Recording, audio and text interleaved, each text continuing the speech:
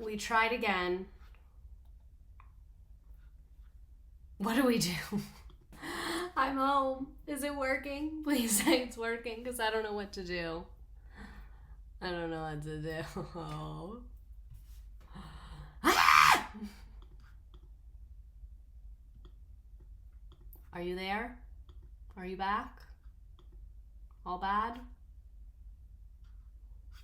Oh, I'm getting ads. Are we back?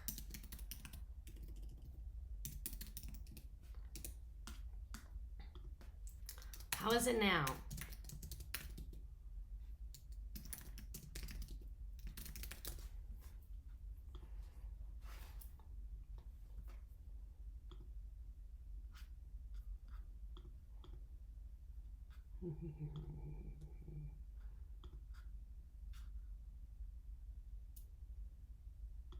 How are we doing?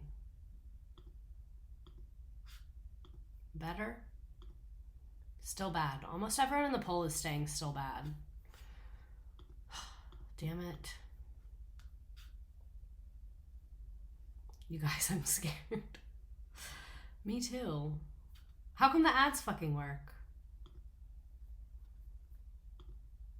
It's better, but not great. Okay. Details. Video's frozen, audio is good. How long should we wait it out? I'm trying to decide if we should like fight through it, do this another day. I'll let this poll end. It's been a while since we've had a problem like this. Yeah, check this out. Okay.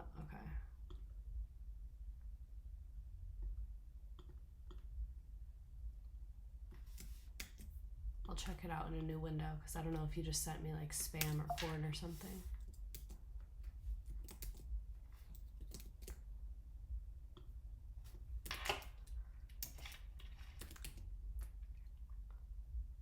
Internet outages map.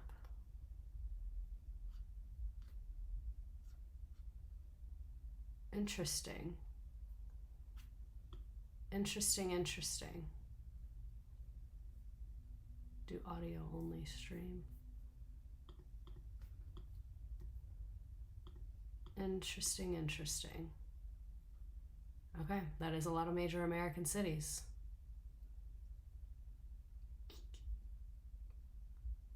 Interesting. Okay.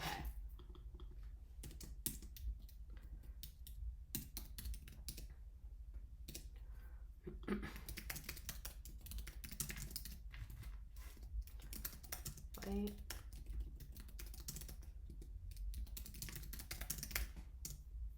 Okay.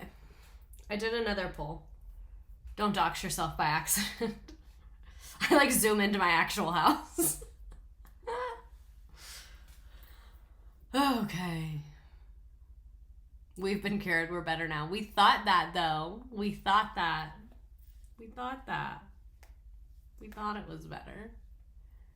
Okay, everyone's saying fight through it. Okay, I'm fighting through it. We're fighting. I'll fight. I'll be a fucking fighter. It's fine. So anyway, I'm going to be very quick this time. We're here for the second time because of internet problems. Duggar family lore. Duggars, they're the 19 kids and counting people. We're not going to talk about Josh. There's lots of videos to talk about Josh. This is not one of them. Michelle used to be a baddie. That's where we left off. Michelle grew up literally so normal. It's far, far different from the way she was raising her kids. She was not raised in a religious household. She went to regular public school. She wore what she wanted. She did what she wanted. And she even said that before she found God, she used to mow her lawn in a bikini. If it gets bad again, chat will let you know. She used to mow her lawn in a literal bikini while her married neighbor watched, which like literally no shade. We love the attention moment. But like your neighbor girl seems awkward to me. But she said she found God again. Or not again. She said she found God for the first time. But anyway, Jim Baum is who introduced her to the Lord. She met him when she was a teenager. Sorry, I'm kind of distracted. I'm getting the TikTok up right now. She met him when she was a teenager, and he showed her the Bible and helped her become a born-again Christian, and then that was her vibe from that point forward. So her life would have been completely different if it was not for Jim Bob. So, I mean, literally, who cares about mowing the lawn in a bikini top? Let's look at the Duggar family website. I think that is a really good place to start for us. Sorry, this page cannot be found. Home. There we go. TheDuggarFamily.com. They have recipes that they post. Duggars Go Camping, Duggar Family Vacation on their blog, Jim Bob and Michelle, Q&A, family news. Like, they really are doing the damn thing. Who's their marketing person? Our 2023 graduates. Graduated from where, Queen? What I'm gathering from this is you never let a partner lead you into faith or you stop being a baddie. They were about the same age. We'll talk about their love story. I think he might have been like a year or two older than her. They don't have any like weirdness going on in their personal relationship, I think. But yeah. Hot Mess Express. So this is their website. Latest on the Duggar fam Instagram. Today we celebrate World Prematurity Day, Josie. We all remember little baby Josie. In our latest edition, precious baby Josie. Let's look at their recipes. What do they got going on? Jalapeno ranch dip. We are going to look at some of their food later. Tater tot casserole, sweet potato oven fries. That banana bread doesn't look bad. Simple personal pizzas. That does not look good. Fried rice. This is very white. I want to see what's in their jalapeno ranch dip. Difficulty easy. Sour cream, mayonnaise, ranch dressing mix, jalapeno peppers, cilantro, and lime juice. Okay. All right. Being a baddie greater than any man. So, if you are looking to learn how to make Indonesian fried rice, I think Ginger Duggar is our number one resource for that. Why would you find an Indonesian person to teach you when there's literally Ginger Duggar right here? Their recipes back in the day were foul. So I wanted to show you the Duggar family website. Oh wait, this is the thing I wanted to show you. They have FAQs, and one of them was, how can I become a Christian? Let's go ahead and open that back up. I knew I was forgetting something. FAQs. How can I become a Christian? 4 paragraphs. Not bad. Not bad. How do you encourage good behavior among your children? Do you talk about hitting them in here? What is courtship? We have Indonesian rice at home. How do you and Jim Bob make time for yourselves in such a busy household? My answer is they make their kids do all their work. Let's see on their answers. We aim to go out for a lunch or dinner date once a week. Plus, we never allow the sun to go down without resolving conflicts. I hate that advice. Can I just say that sometimes getting a good night of sleep can really like reset you in a conflict. It can really just kind of like take a step back. Let's like see from reality. Like, I think giving it a good 24-hour rule can often be beneficial. Like, if you lose your temper, it's not the time to talk it out. Like, let's go take a walk. Let's talk after. You know what I mean? How do you keep from losing your temper? Speaking of, a Bible verse. Perfect. Are your families supportive? God. You've had 19 children. How did your last pregnancies compare to your first? That got more time than how to be a Christian. How do you financially support a large family? Exploit your children. But anyway, that's their family website. I did get a fair amount of information from there. So what we're going to do is go through the Duggars telling the story of how they met in their early days and like pre-show stuff. And then we'll go through what I actually found, which I think is probably a little bit closer to the truth. For those of you on TikTok, you have to come to Twitch to see my screen share, to see all of that fun stuff. We did have a lot of technical difficulties, but now I think that we are off to the races. So, who are the Duggars? Let's take a look at their story according to themselves. So, before we became 19 and counting, the Duggar family, we were just Jim Bob and Michelle, growing up in Arkansas as the children of loving and hardworking parents. A lot of who we are comes back from who we were back then. That's a really long way to say your past impacts your present. So we'll start before the story's beginnings. Get ready, this is not short. Just wanted to let you know this is quite long. On December 1983, Jim Bob, spent about $350 on a ring on Christmas Eve, got down on my knee, and asked Michelle to marry me. She excitedly said yes. 3 months later, however, a new job for Mr. Ruach and his wife meant that Michelle would move to North Carolina as soon as she graduated from high school in May. I couldn't stand to think of Michelle leaving, so I asked her dad if we could get married that summer. I used my best salesmanship to remind him that I was working at a grocery store and also had my real estate license. I was buying a little $19,000 house and I loved Michelle with all my heart. Why does it start off like a Shark Tank pitch? It's like, all right, I know your daughter's in high school. I got a grocery job, a real estate license, $19,000 heart or $19,000 house. Love Michelle. Who's to say? Who's to say? $350 is equivalent to $1,075 today. Decent sized. How much do engagement rings cost? I don't even know. I have no idea. Like, you could say any number and it wouldn't surprise me. I know, like, a diamond company said it should be 3 months' salary, which, who can just spend 3 months of money? Who just has that? But whatever. Have you heard of this new cool invention called evangelism? It was an emotional conversation for both of us. I was crying and Mr. Ruark had tears in his eyes. I cannot imagine my boyfriend and my dad crying together. Like, I just don't see a universe where that is happening. I got engaged in July and it was $4K total, like $10K. Interesting. Seems like quite across the map. A ring pop is 75 cents at Walmart. Another fair point. I love your daughter. I really believe I can provide and take care of her, and I don't want to see her move away to North Carolina. And Michelle's mom was sitting nearby and said to her husband, Garrett, just let the boy marry the girl. So they got married July 21st in 1984, 3 months after Michelle's high school graduation, and 3 days after Jim Bob's 19th birthday. She would turn 18 that September. So I guess that's why he had to ask the parents to let her get married first. So they got married. She was 17 and he was 19. When I was 17, I was turning wine bottles into little planters. And I mean that very literally. There's a trick where you can like soak it in acetone with a string and then you light it on fire and it makes a perfect break and then you can turn it into a little pot. Like for flowers. It's a fun craft. And that's what 17-year-olds should be doing. Fun crafts. Not getting married. He couldn't let his baddie pick up to North Carolina and she was his true love. So anyway, their wedding was sweet and simple. We did most of the preparation and decoration ourselves. We got married in our church where our pastor officiated the ceremony. At the time, our church was still being built, so we were meeting in a big gymnasium for services. We actually got married in the hallway of the building. We set up folding chairs to use as pew, and we did the exact same thing when we renewed our vows 25 years later. I hate them, but that is kind of cute. I wanted to do as much as I could myself as a way to save money and keep the expenses reasonable. Another special touch was wearing Jim Bob's mother's wedding dress. That is a lot to unpack.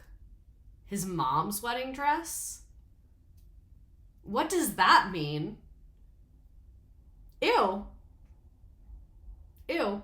Immediately no. Immediately no. So, we wanted to spend the money on our honeymoon. Nothing is worse than that.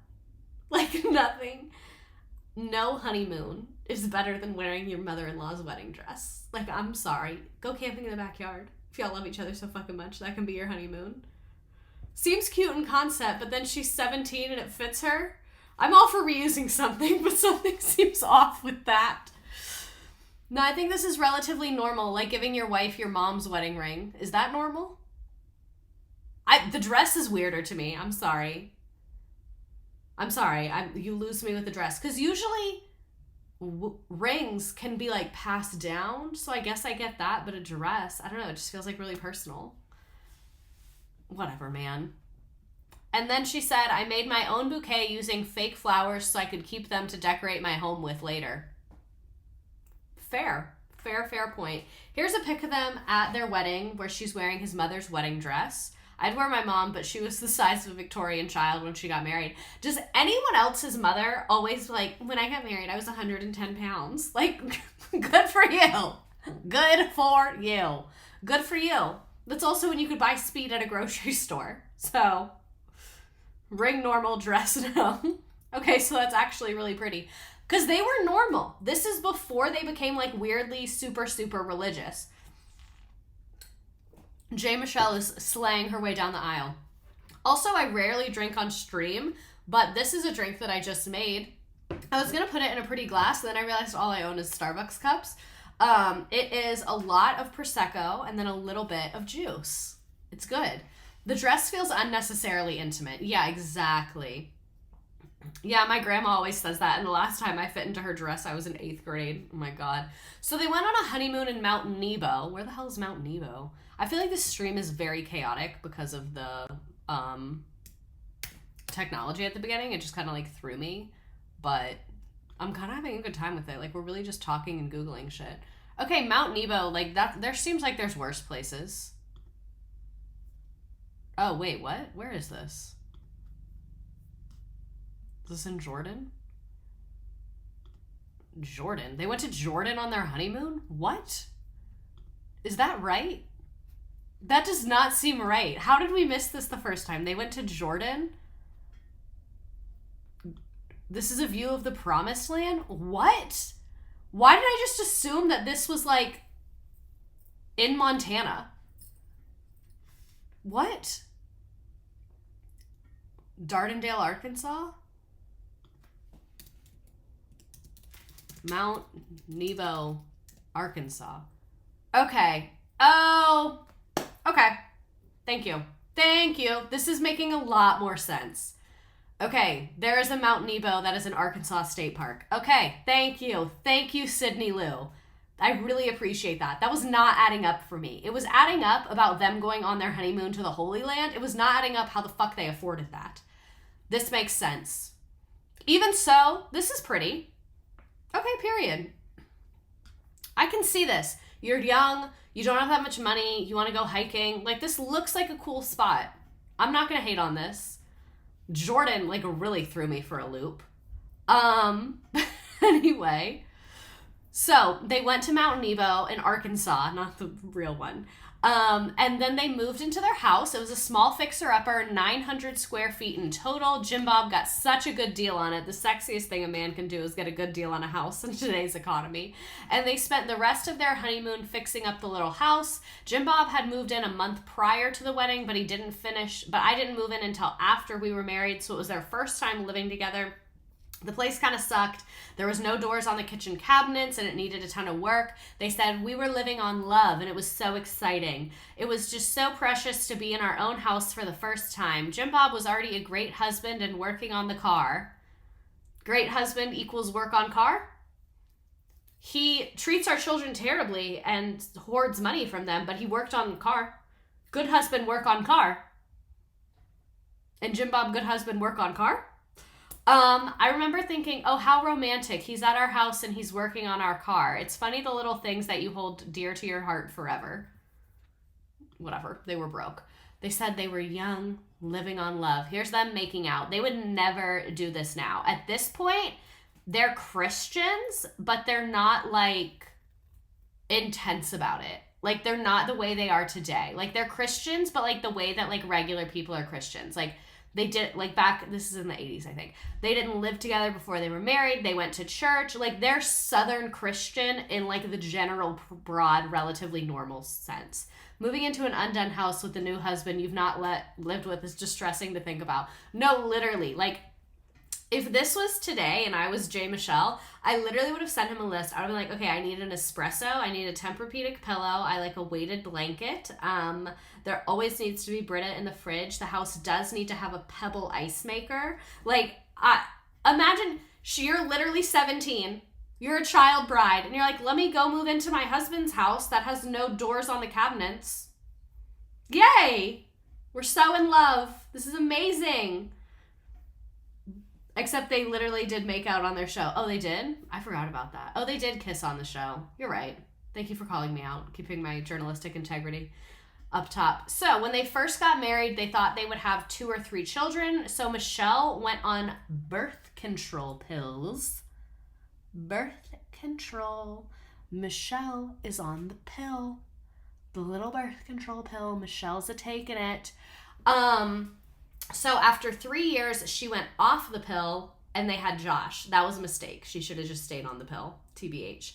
We love being Josh's parents and loved spending all of our time with him. So Michelle went back on birth control pills after Josh was born because she was like, I'm an empowered young woman. I want to plan my fertility and I want to be able to take care of my literal infant before I introduce another literal infant to the equation. So, bet a lot of people didn't know that. A lot of people think that the Duggars were raised like this. They were not. They were not raised like this. Truly, the pill instead of Josh would have prevented so much. So, Josh was born in 1988. Here's a pic of them. Tell me why. Like, obviously we hate Jim Bob, but like, why is he serving right now? Like, look at his jawline and his cheekbones. And the overalls. Okay. Stunt on them. Like, if you put a zoomed in version of that pic on Grindr, it would do well, I think. You know?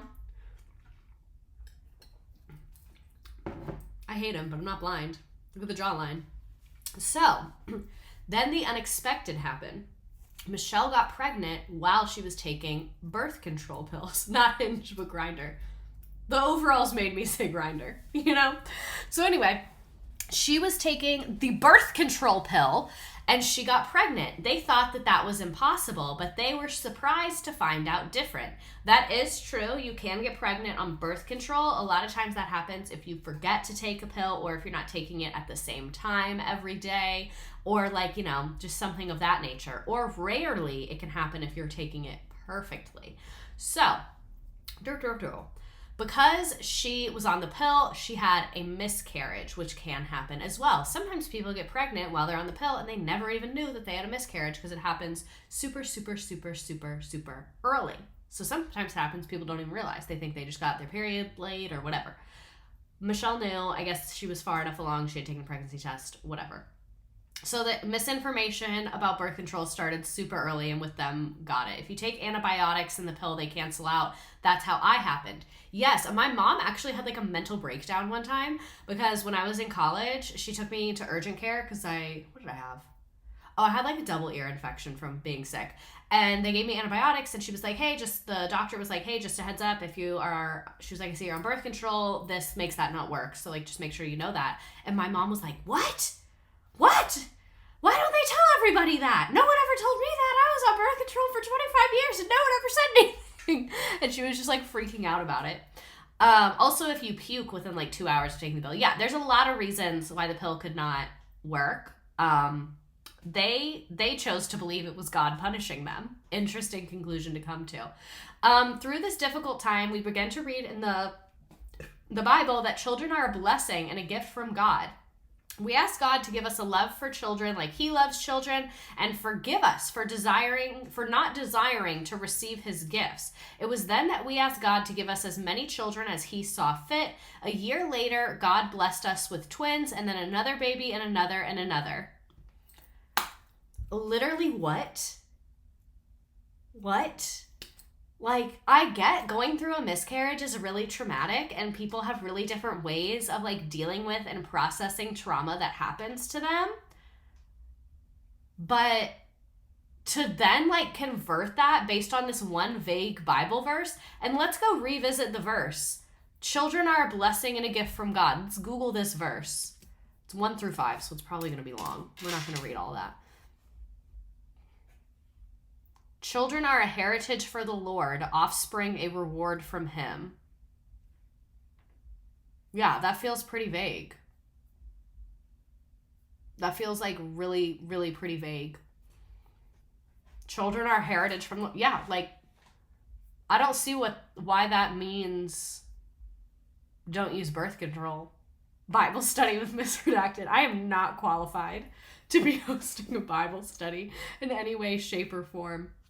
Look at the NRSV.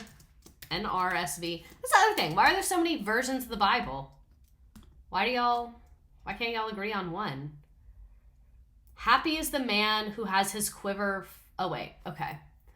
Unless the Lord builds the house, those who build it labor in vain. Unless the Lords guard the city, the guards keep watch in vain. It is vain that you rise up early and go late to rest, eating the bread of anxious toil, for he gives sleep to his beloved. That is anti-capitalist. Right there. Tell me that's not anti-capitalist. He's literally like, don't like overwork yourself. Like, I love you. You deserve to be sleeping. You can make the Bible say literally anything that you want. That's the truth. Sons are indeed a heritage from the Lord. The fruit of the womb is a reward. Like arrows in the hand of a warrior are the sons of one's youth. Happy is the man who has his quiver full of them. He shall not be put to shame when he speaks with his enemies at the gate. Explain verse. A picture of Jim Bob Duggar comes up. Related books. Oh my God, I'm getting overwhelmed. I see why people leave religions. This is confusing. Save that one in your pocket for when you oversleep or are late to work. The Bible is definitely anti-capitalist, and yet, no, literally, anti-capitalism is the only thing the Bible is consistent on. Why did they think birth control was the bad thing? They really thought this is the only bad thing we've done ever. Yeah, we're going to talk about the Quiverfull thing. Put that in your back pocket for right now. So, they read this Bible verse and they're like, guess we gotta have all the kids in the world. Like, that's our new plan. So here's some pics of them in the early days with their kids. There is Josh and the twins. And then you can see their family is just growing and growing and growing. Look at that dress. Very 90s. So that's them through the late 80s and the 90s. They're having kids. We'll talk about their finances in a second. But they get a TV show. It is an exciting adventure following God. We certainly never expected to be on television. I do believe they didn't expect it. In 2002, a photo of our family walking into a polling place during Jim Bob's run for U.S. Senate ended up being printed in the New York Times. That photo led to a story about our family published in Parents Magazine. And then someone at Discovery Health saw the magazine article, and soon we got a phone call asking if they could do a 1-hour documentary about the logistics of raising 14 children. And they felt that it was an opportunity we'll talk about Jim Bob's political career as well. Don't worry. He's run for Senate multiple times. So, we felt that it was an opportunity to share their message from God, that having lots of kids is God's plan. They have said from the jump, the show is a ministry for them. Like, you know how sometimes people knock on your door to talk to you about God? That's what they are viewing it as. They're like, this is us spreading the word of our Lord. So around that time, we also realized we were outgrowing our home. Since we were committed to living debt-free, we made the decision to begin building a house ourselves. We loved getting to work alongside each other as we learned about different aspects of the construction process from many friends and hired professionals.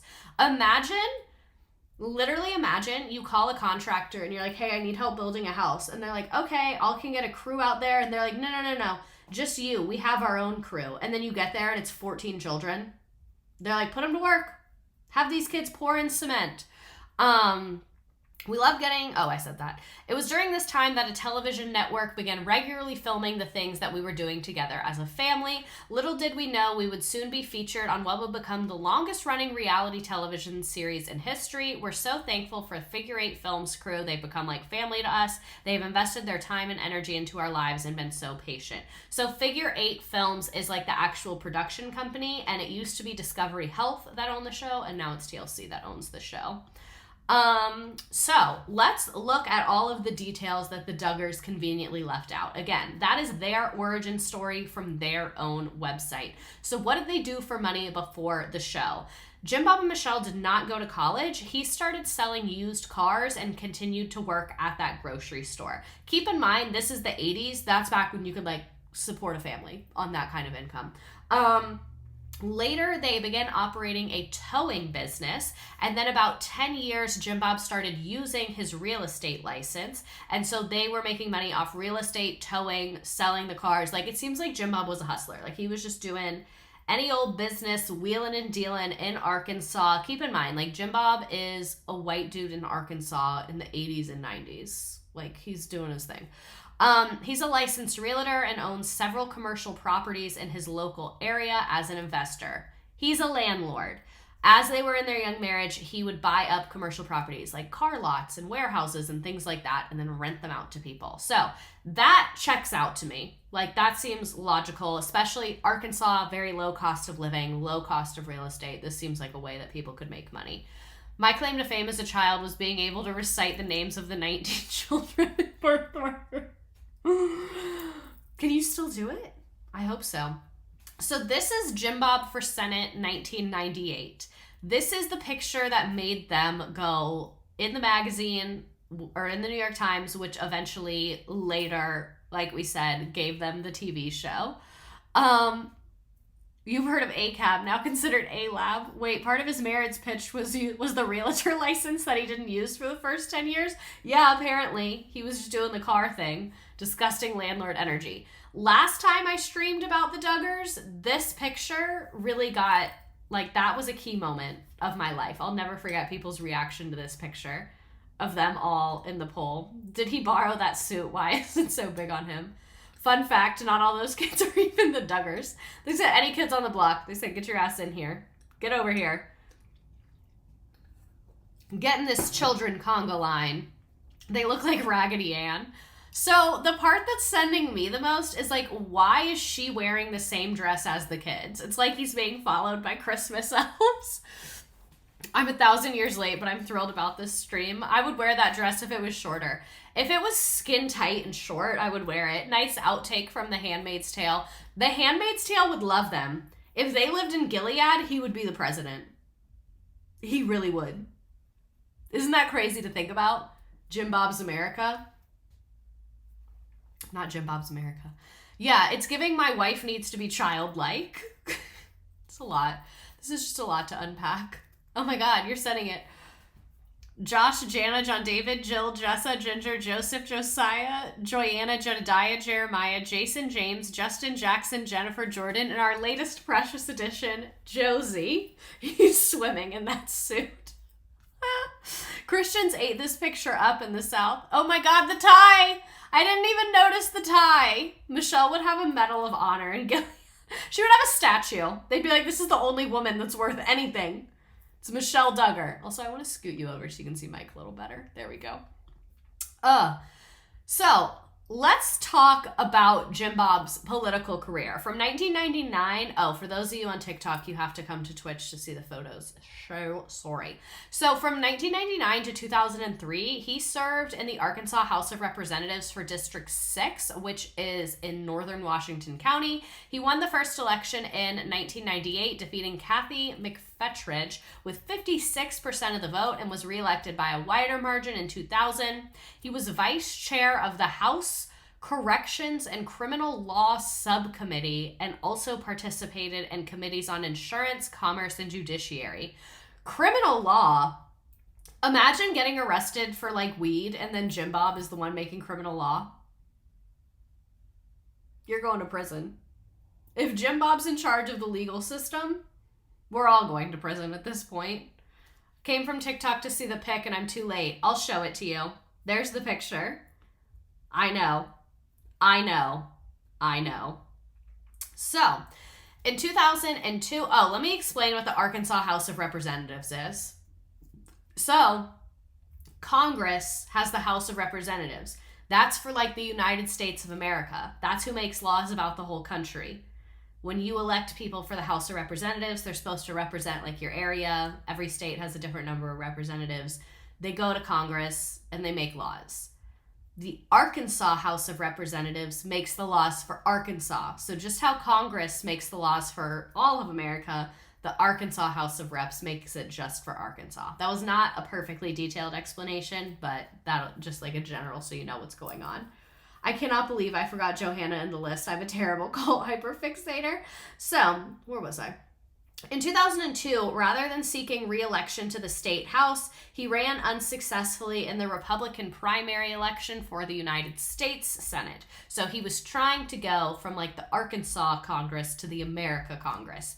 He was defeated by the incumbent Senator Tim Hutchinson by a lopsided vote. He lost by a lot. It was 71,000 to 20,000. That's so embarrassing.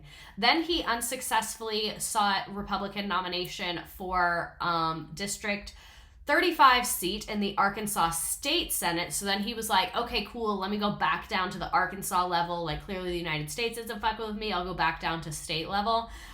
He lost that as well, but he only lost that by 200 votes. So he had a failed political career, and then in 2021, he decided to run again. He did not win. He lost by a lot. So looks like when it comes out that your oldest son is an abuser, people don't really want to vote for you. Understandable. It's like you couldn't even raise your oldest kid. This is probably the one you tried hardest on, and this is what happens? Interesting. So, trigger warning. This is Michelle giving a transphobic robocall in 2014. Even though they were not running in an election in 2014, Gurley is still active. So, this is Michelle's robocall. Hello, this is Michelle Duggar. I'm calling to inform you of some shocking news that will affect the safety of Northwest Arkansas women and children. The Fayetteville City Council is voting on an ordinance this Tuesday night that would allow men, yes, I said men, to use women's and girls' restrooms, locker rooms, showers, sleeping areas, and other areas that are designated for females only. I don't believe the citizens of Fayetteville would want males with past child predator convictions that claim this they is are in 2014 to have a legal right to enter private areas reserved for women and girls. I doubt that Fayetteville parents would stand for a law that would endanger their daughters or allow them to be traumatized by a man joining them in their private space. Who would allow their daughters to be traumatized by a man in their private space? Who would allow that? We should never place the preference of an adult over the safety and innocence of a child. Parents, who do you want undressing next to your daughter at the public swimming pool's private changing area? I still believe that we are a society that puts women and children first. Women, young ladies, and little girls deserve to use the restroom in any other women's facility in peace and safety. Not your son. Will you speak up for protecting women and children? Call 575-8330. I guess I'll go the Fayetteville City Council members and Mayor Jordan to vote no on Ordinance 119. The number again is 575-8330. For more information, get your own house in order. Leave trans people alone. We're living in a society. Paid for by freefayetteville.org. Go piss, girl. She has not protected a single child ever. The only child she protects is the one that she's currently pregnant with. That appears to be it. So let's talk about the Quiverfull movement. The Quiverfull movement is their primary focus is on producing as many children as possible and encouraging those children to enter the government. Which is a fucking crazy ass sentence. It first formed in 1995. So this is after the Duggars were already on their like, we need to have as many children as possible vibe. Because that happened, they had Josh 1998, and that happened like early 1990s is when they had the miscarriage. So then when they found the Quiverfull movement, they were like, absolutely, sign me up for that. Sign me up for that right there. Their first public connection to the movement was in 2001 when Quiverfull posted an article referencing them as a success story. The family's website until in 2005 linked the article but did not go into any depth about the movement. By 2007, any reference to the movement had been removed from their website, and the Duggars have not gone on record discussing this movement, but they're definitely a part of it. So, Quiverfull is a Christian theological position that sees large families as a blessing from God, and it encourages procreation, abstaining from all birth control, as well as natural family planning and sterilization. What gets me is the natural family planning, because the natural family planning is cycle tracking. You can't even do that. That only has like a 75% success rate in avoiding pregnancy. They don't even let you do that. How would they know? But anyway, some sources have referred to the Quiverfull position as providentialism. That was a mouthful.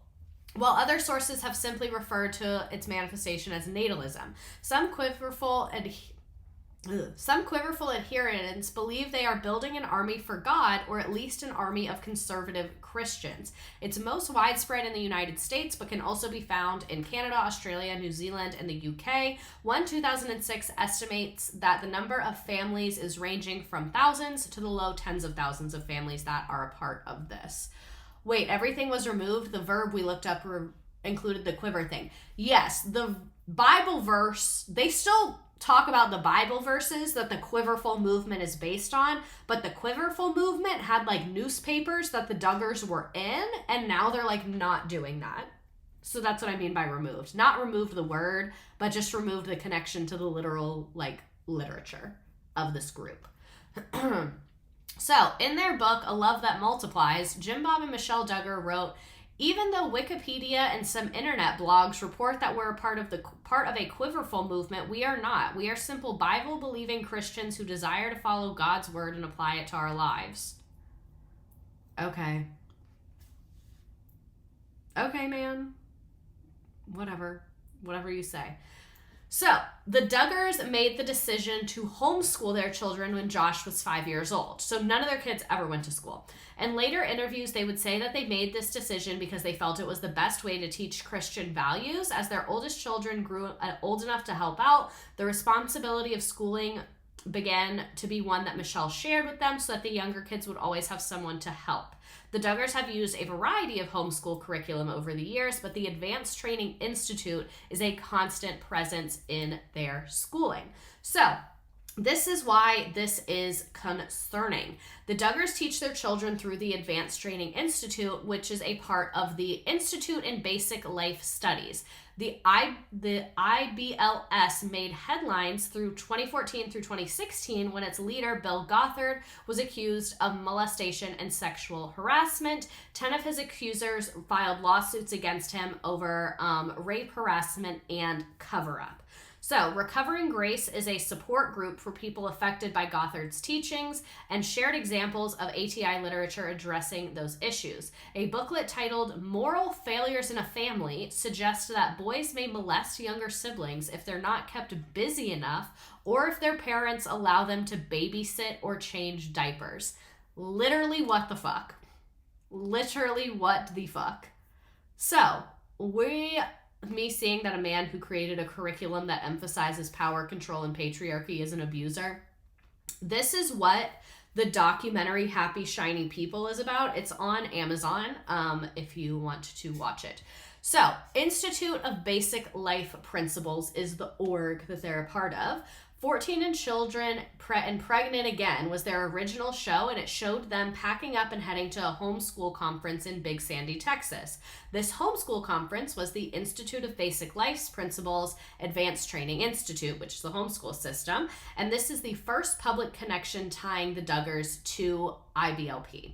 So, the group lists their following goals as has the purpose of introducing people to the Lord of Jesus Christ, is dedicated to giving individuals, families, churches, schools, communities, governments, and businesses clear instruction and training on how to find success by following God's principles found in Scripture. These goals are accomplished primarily through seminars, educational programs, printed literature, and the operation of centers to facilitate training. In Shiny Happy People, they go a lot more into like the centers and what was going on there. We're not really going to talk about that because the Duggars weren't really a part of that.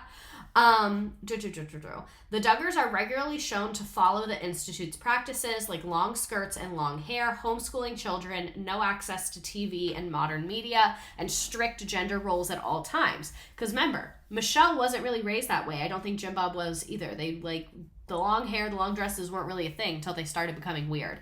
In addition to the ATI conference in Big Sandy, many older Duggar children have been seen attending IBLP functions such as Journey to the Heart and Alert training. So they have other trainings and conferences that the kids went to. New biblical character illustrated curriculum available, loyalty, diligence, and boldness. Since January of 2016, online character lessons corresponding with the IBLP's biblical character calendar have been available for free download. Shocker, it's free. And I thought my Catholic school education, the whole Nike thing, yes, so they had this thing where if they saw someone that was like dressed scandalously, they would say Nike to like tell the boys to like turn their heads down, because they were like, we don't want to embarrass the person or shame them, so we just say Nike as a code word for the boys to like look away. And Michelle came up with that because Michelle said that like she was so embarrassed that she used to dress like that, so she didn't want to embarrass the women that were dressed like that. Which, like, even though she's in a very fucked up place and I disagree with all aspects of that, that's better than publicly shaming someone, I guess. So here's some of their educational tools. They have music in the mind, biblical foundation of character, forgiveness, obedience, truthfulness, gratefulness, orderliness, virtue, generosity, and sincerity. So, yikes. This is about one of their books called The American Ideal of 1776. This is available on their website. This is what it looks like. This is the cover of this book. Let's read the description here. So, there are those who claim that if the civil government acknowledges God, it is practicing religion, which is prohibited by the First Amendment Establishment Clause, which allegedly requires separation of church and state. This view ignores legal documents that articulate the American philosophy of government. A governmental philosophy that presupposes the existence of the Creator is essential to the fundamental and legal concepts such as equal protection under the law, due process, and unalienable rights. The Declaration of Independence, the legal covenant that brought the United States of America into existence, specifically declared the philosophy of government to which our nation was to be built. All men are created equal. They are endowed by their Creator with certain unalienable rights. The political philosophy that presupposes the existence of Creator God is no more religion than a political philosophy that presupposes no Creator God, in parentheses, socialism and communism. That is not what socialism and communism is. You can agree or disagree with socialism or communism. You can think that they're terrible, disgusting things that should be avoided, but I hope you know that it does not mean a political philosophy that presupposes no Creator God. I don't know if there's a word for that, but it's not socialism. Definitely not that. So in the classic book, The American Ideal of 1776, the author documents and explains 12 fundamental principles that are central to the philosophy of the government of the United States. This is the real kicker. IBLP has obtained a limited quantity of these out-of-print books. This book is no longer in circulation. They stopped printing it because it's so bad. Though written in 1963, the information remains just as applicable to us today. Was this banned? I want to look up if this was banned. Homeschool banned. Not if this book was banned, if this homeschool curriculum was banned. The book was not banned. I haven't seen that it got banned. Yeah, I'm not seeing anywhere that it was banned. I think it just has a lot of bad PR and a lot of people left. I think a couple specific places banned it. Yeah, I'm not seeing that it was banned. No, IBLP pulled it down. Oh, yeah. I see what you're saying. Took it down. Does IBLP still homeschool? Yes, their homeschooling program ended in 2021. That is from CNN. So I had to dig deep for these. I got these a while ago. Wait. Okay, so it says that it was Advanced Training Institute was taken down. But if you look online, that very much to me looks like it still exists. IBLP Homeschool Summit. So I think they just don't call it Advanced Training Institute now. Basic Life Principle. Yeah, I think they just changed the name. They have a podcast. Yay. So their curriculum is like these old banned religious books, this one being the most horrifying to me. Me seeing that a literal relic that was taken out of production is still being used for homeschool materials.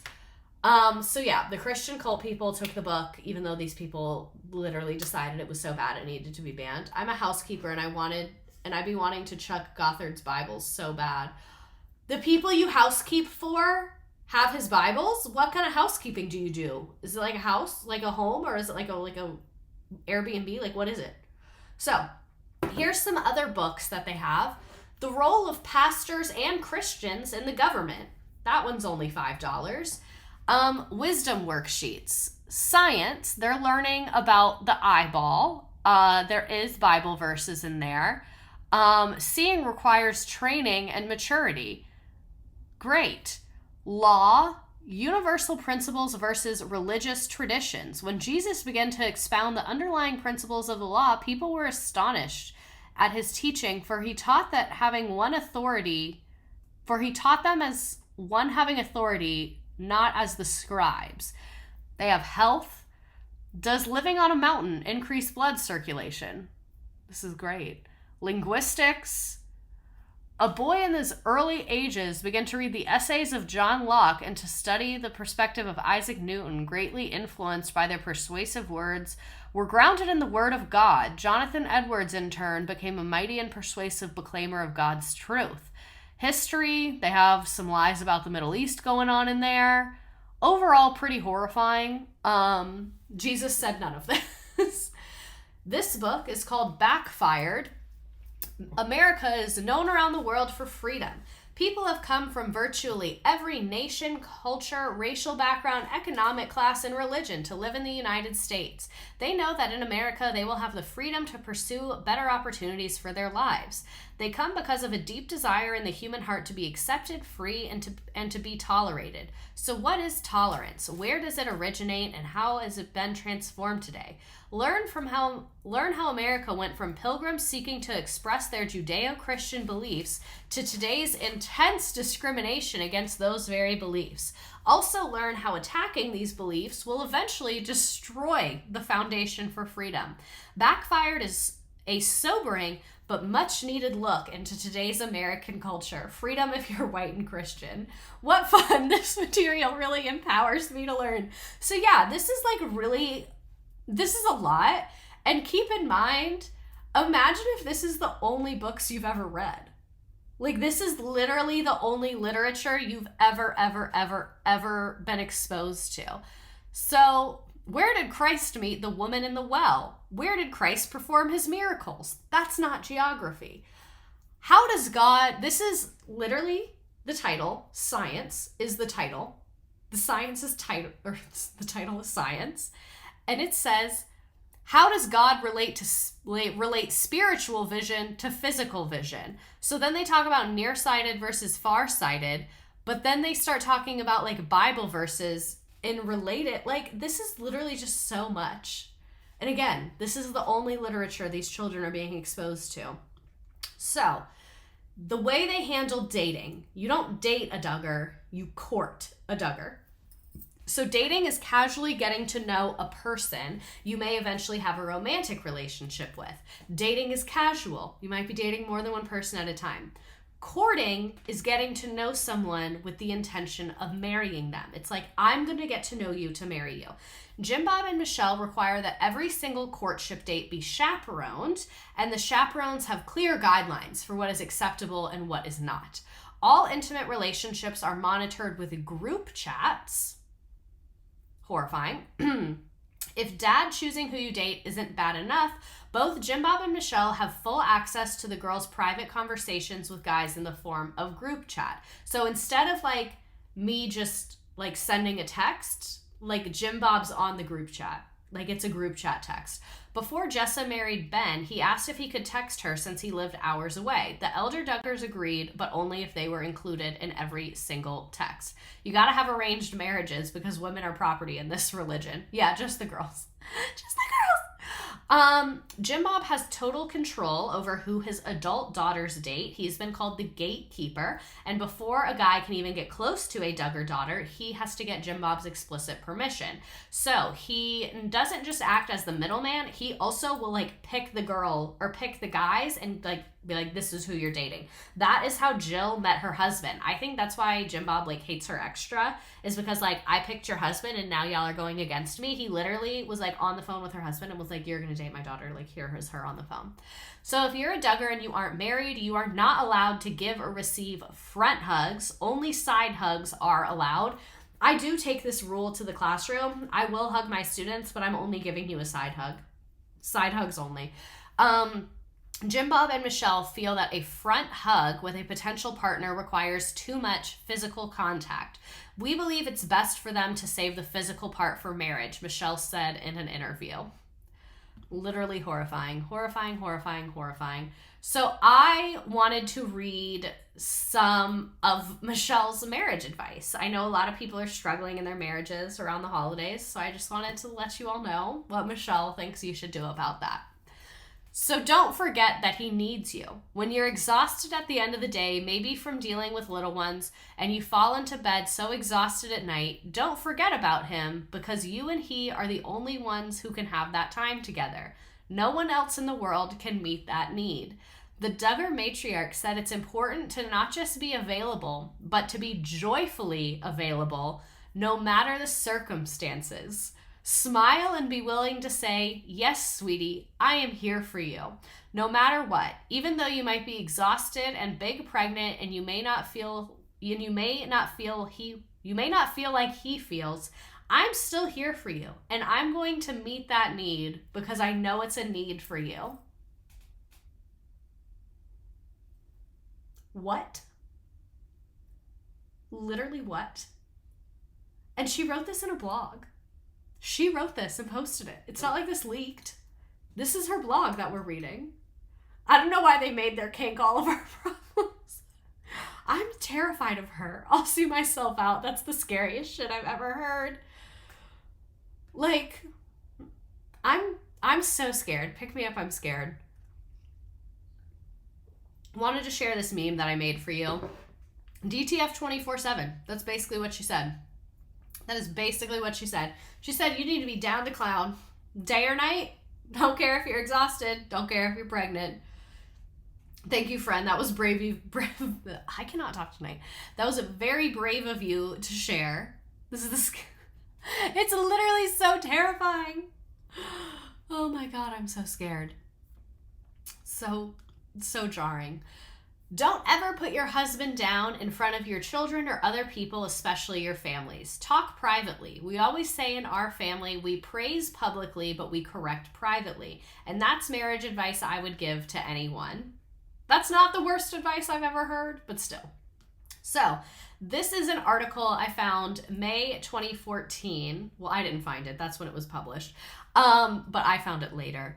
That's not love, that's Stockholm Syndrome. I'll never forget you telling us you made this graphic in the office in front of everyone. I forgot about that.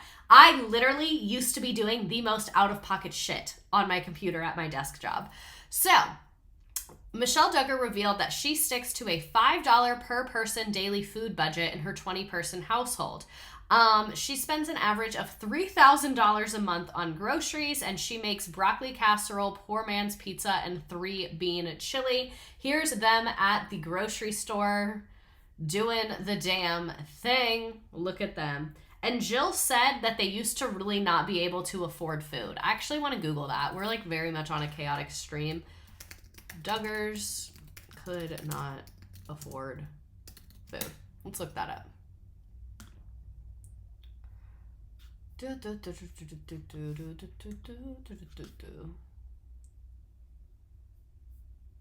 Where am I? Okay. Early Duggar year food insecurity. From people mentioned that the lack of food when the older kids were small. Did Boob and Meat struggle to keep them fed pre-TLC money? Someone did a comprehensive look at the early specials. I think 14 kids and pregnant again. They would go to Aldi and noted that the full pantry from the before shots is actually full with the food that they brought on camera at Aldi. It was just editing that made it look like. Jill also tells how once she stole a can of green beans and hid in the bathroom to eat it. He mentions having land and renting cell phone companies for their towers, but I don't know how much they brought in. Both the Duggars and the Bait kids both joke about how if you weren't at the front of the line for food, you wouldn't get any, like it was a normal part of childhood. The younger girls look healthier at their age than the girls did. Also, Josh gained like 100 pounds his first year of marriage. Interesting. And apparently their house and their vehicles pre-TLC were donated by the church, and they got food donations. So yeah. Yikes, yikes, yikes, yikes, yikes on bikes. But here is their food on the TV show once they actually started having enough food. Jill said before TLC bought their groceries, they ate really cheap food like beans and Spam. Yeah, yikes. So it seems like their kids were not literally starving, but they were not eating very well. Chili Frito pie. That actually, I would tear that up. I'm not even going to lie. I would tear that up. Tater tot casserole. Hash brown casserole. I'm wondering what's different about tater tot casserole and hash brown casserole. Is it much? They really sound like the same thing to me. Here is their industrial kitchen at the big house that they built. Multiple ovens, multiple dishwashers, multiple microwaves. Love the double warming drawer. Love that. And then here's them in their industrial kitchen again. You literally would have to have an industrial kitchen. So, blanket training. A lot of people hate this. Oh, someone knows the difference. Tater tot casserole has hamburger meat, and apparently hash brown casserole does not. Interesting. Is hash brown casserole vegan? Probably not. There has to be cream cheese in it. It's probably vegetarian, though. I was jealous of that nice kitchen. Oh, I would be whipping it up in that kitchen. I remember these pics from the last time. They have a whole school cafeteria. Oh my God. Hash brown is just cheesy hash browns. I love that y'all know. So blanket training is a form of corporal punishment to discipline toddlers and infants to teach them self-control.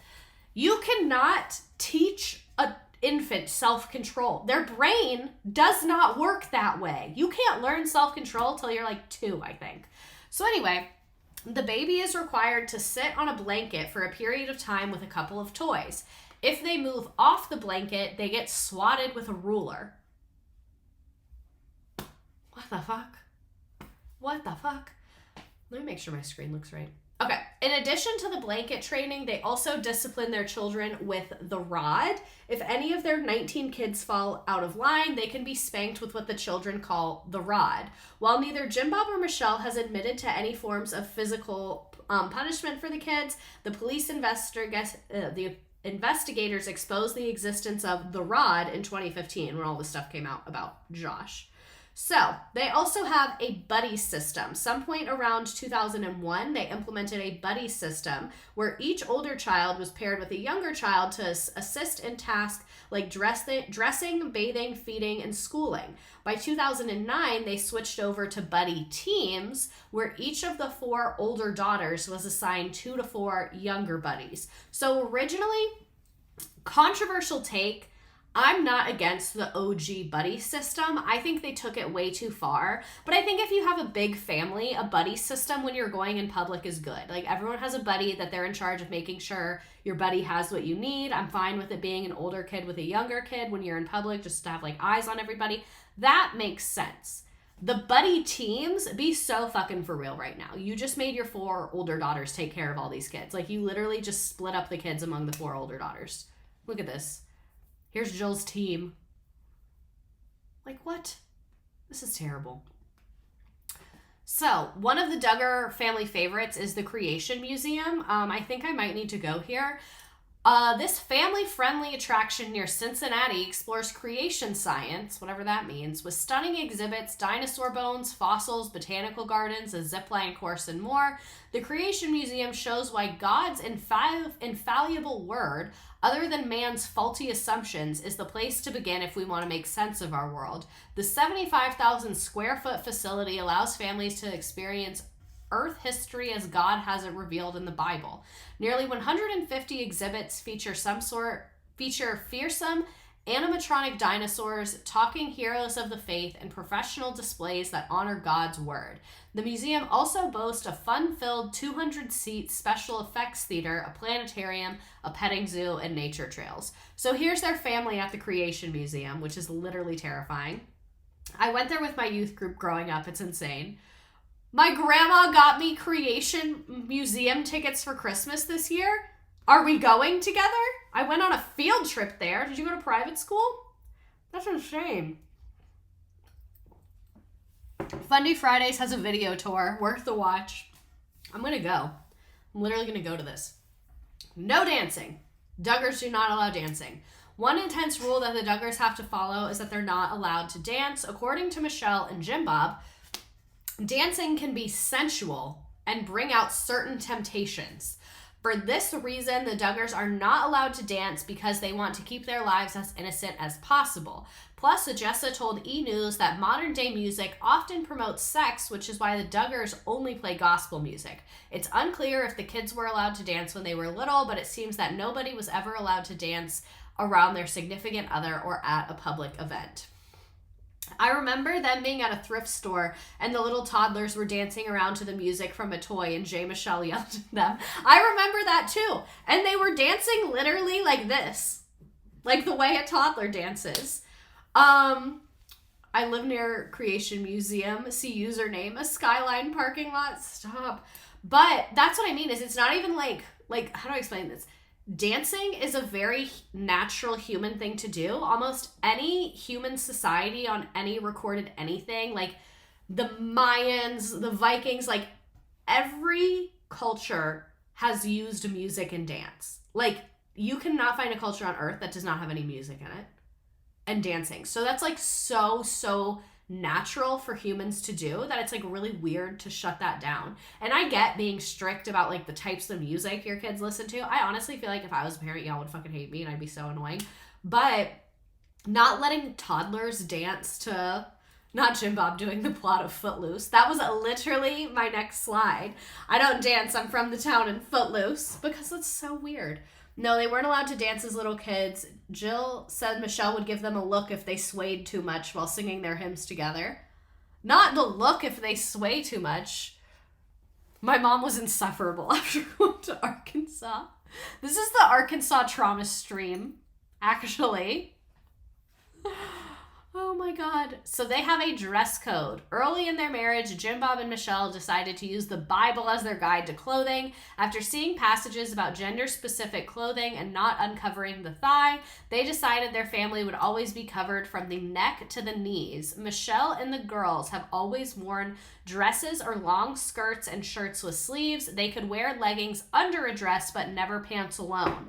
Common misconception. They don't wear pants. They do wear pants. They just always wear a dress over the pants. There's many scenes where they're wearing pants and all the little girls wear leggings under their dresses because they play and stuff. But you can never just wear the pants. You have to have a dress on over the pants. In a now deleted blog post Michelle wrote in 2012, Michelle wrote, "Growing up, I would wear a bathing suit or shorts and not realize it was revealing. When I got older, I felt really convicted for my responsibility about how I was causing others to be defrauded, and I began to cover up because I felt responsible for my part." In another post, the Duggar matriarch clarified her husband explained to her about how men see things and what goes on in their minds when they look at women. We love internalized misogyny from your husband. We absolutely love that. Love that for us.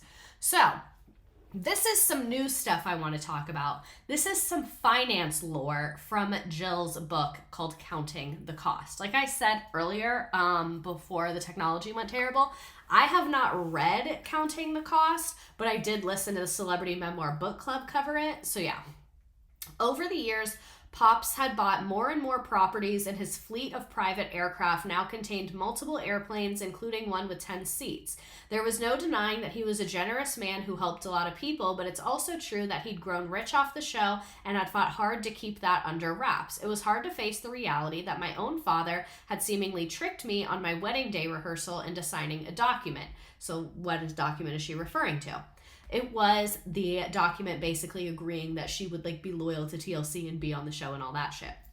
I just saw the signature page. It was like on the end of the kitchen table. Hey, I just need you guys to sign these. Like everybody was signing them. We were literally running through the kitchen like it was like whoever you could grab on the way through. I didn't know what it was for.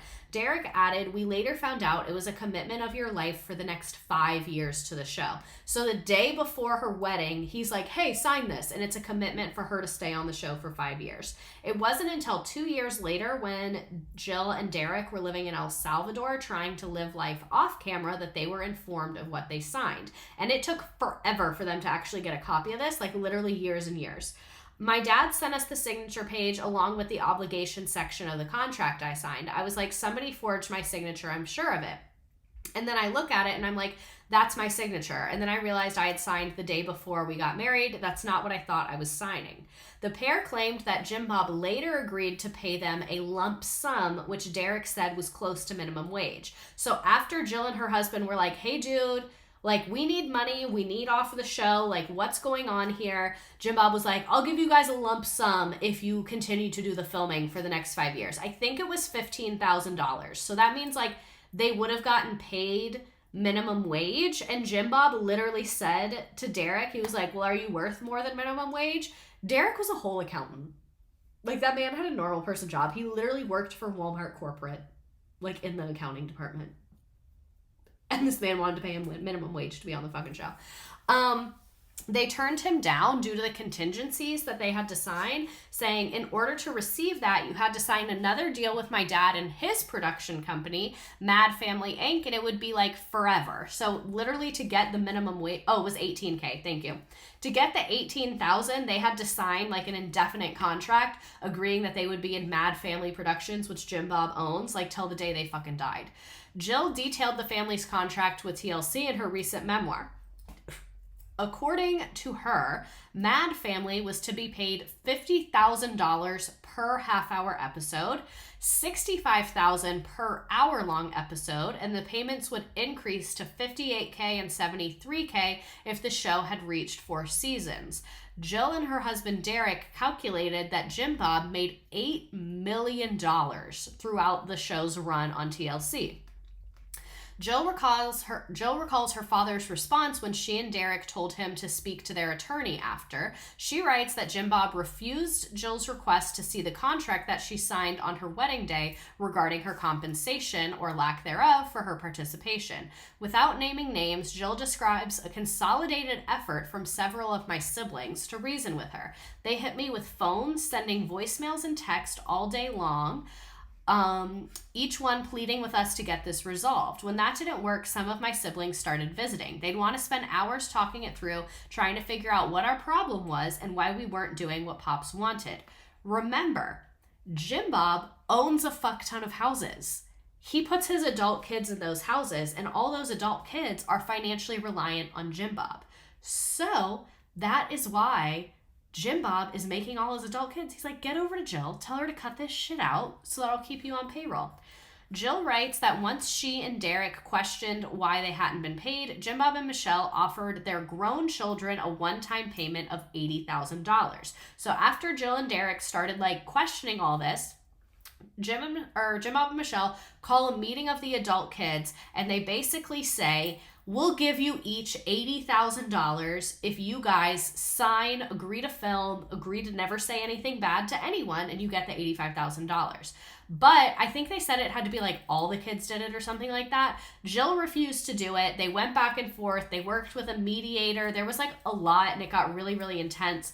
I would read her book if you want like all of the details about that, because a lot of it has to do with Josh as well. Like, it got to the point where in the mediation room, Jill literally said, you treat me worse than you treat my pedophile brother, to her dad. Like, it's a really heavy and really intense. And like I said, Celebrity Memoir Book Club, they do a very nice job of kind of recapping all that as well.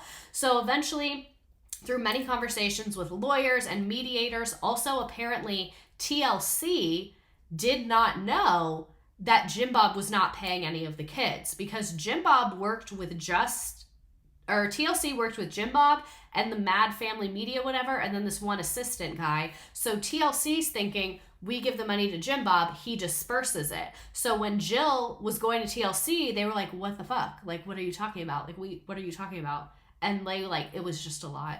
It's just a whole lot.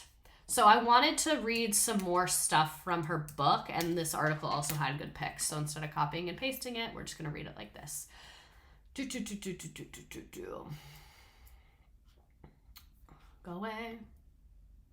Go away. So, Jill claims her dad, Jim Bob Duggar, tricked her into signing the contract. We kind of already talked about that. Jill also refused to have her honeymoon filmed. Jill says she stood firm when it came down to filming her honeymoon. She and Derek were adamantly opposed to having cameras after witnessing what it would look like on screen for her brother, Josh, and his wife, Anna, because she said she didn't really like how Josh and Anna just looked like idiots who were like trying to figure out how to have sex with each other, and she thought that was just super embarrassing, which like that is exactly what it was. So that's valid that you didn't want that on camera because you knew that you were going to be in the same situation. Jill claims their honeymoon had been edited to make them look like inexperienced kids about to have sex for the first time. She also claims she made it clear that the camera crew could not tag along, and production said that they would not help pay for it. So her and Derek went to North Carolina for 5 days without the cameras, and neither has any regret that they choose to do that in peace. And apparently Jill had to tell producers she was pregnant before she could tell her family. Jill writes that she and Derek were starting to get annoyed with the intrusiveness of filming, especially when their friends weren't allowed to take pictures at their wedding. Things started to come to a head when they allegedly couldn't tell their friends about being pregnant with their first son. Jill writes that they first had to tell the show's producers, who had to figure out the filming schedule, and then wait a full month before they could even tell Derek's parents. Everyone said they were excited for us. I was tempted to remind people that this is my baby we're talking about, but I didn't want to come across as a crabby first-time mom. So she was mad that she couldn't just like tell her family she was pregnant on her own timeline. She would have to tell production, and then production would be like, okay, we're going to do it this day. This is the filming schedule, so that they could get all of her announcements on camera. Jill also refused to have her son's birth filmed, which allegedly got her into very, very hot water. Jill knew for a fact that she did not want Israel's birth filmed, which did not sit well with her parents or the producers. She writes about how her mom Michelle's births were rating juggernauts, meaning like they made the ratings really good, but she knew she wouldn't be able to relax in the delivery room if the cameras were there. Jill was also disturbed that the birth was being planned like a meal someone was planning regarding to the specials around 19 kids around it. After a lot of discussion, Jill finally relented and claimed she told the show that her mom and her sister Jana could have cameras and film the footage themselves, but she didn't want a camera crew in there. If she writes, if I had said no to Jana and Michelle filming, I'd have an even bigger battle on my hands. What she was kind of saying is that this was TLC and her siblings really pressuring her to have it filmed. TLC was like, but you always have it filmed. It's in your contract. And one thing that made me really sad is Jill said keep in mind, she was homeschooled. We saw the curriculum. She doesn't know anything about anything. She said that she thought she could go to jail if she violated her contract because like she had no understanding of the legal system. It wasn't until her husband explained to her like that's not how that works. So she like feels all this pressure, and she said basically that she agreed to do this thing that she was uncomfortable with by letting her mom and sister film her birth because basically they had said, if you don't say yes to this, we're going to have your dad talk to you about it. And she knew that her dad would be able to convince her to do even more that made her even more uncomfortable. So she was like, let me just do this little bit because otherwise my dad is going to like control me even more. So we're going to skip over talking about Josh because, yeah. Jill also discovered that Jim Bob had allegedly been paying Josh to be on the show, but not the girls, more like eldest son of the big family bullshit. So Jill and Derek said they began questioning why they didn't receive any income from the shows. She writes that the show was an opportunity to share that children were a blessing, and she later found out that Josh made the money but stopped because he decided it wasn't a good idea. So originally they were like, oh, we'll pay the adult kids, and then they changed their mind. We kind of already talked about the payment. And